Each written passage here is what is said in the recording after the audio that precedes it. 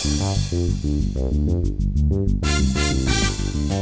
best destinations, exciting hotels, smart airlines, and the best value for money deal. All this in conversation with some of the finest experts from India and abroad. Join me, Ashwini Kakkar, on Livewire with Ash.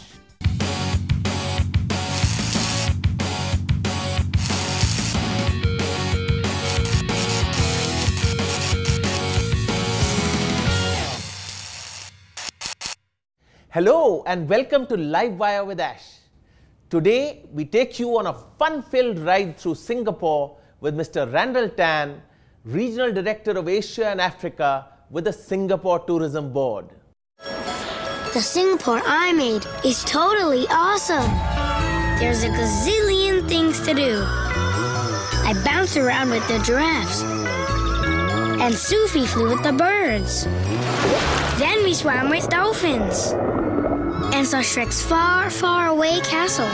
And dinosaurs and roller coasters, all before bed. In the Singapore I made, everything's designed around me. Fast cars, fashion. I can get it all in a flash. Not that flash.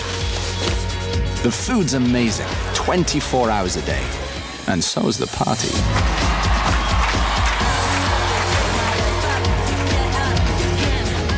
This is my Singapore. Welcome to the show, Randall. Hello, Ashwini. It's great to have this chat with you.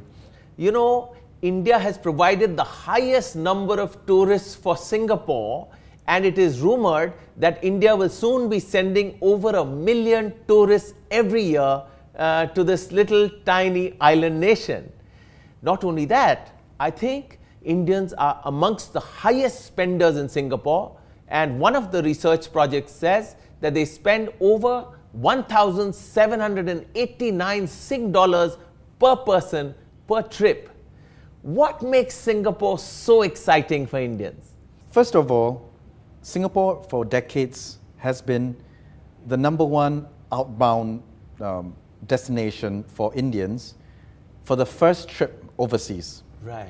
So what makes exciting for them is the attractions. It's the first sightseeing experience outside India.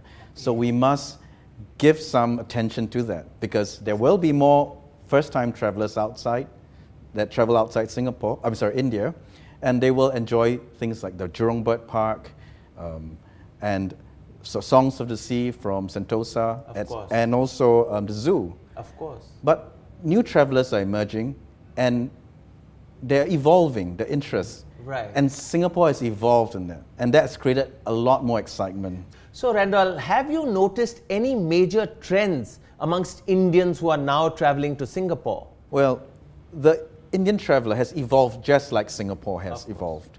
And they no longer look at travel as something novel or interesting in itself. It's when they get there, the experiences that are in the destination. Right.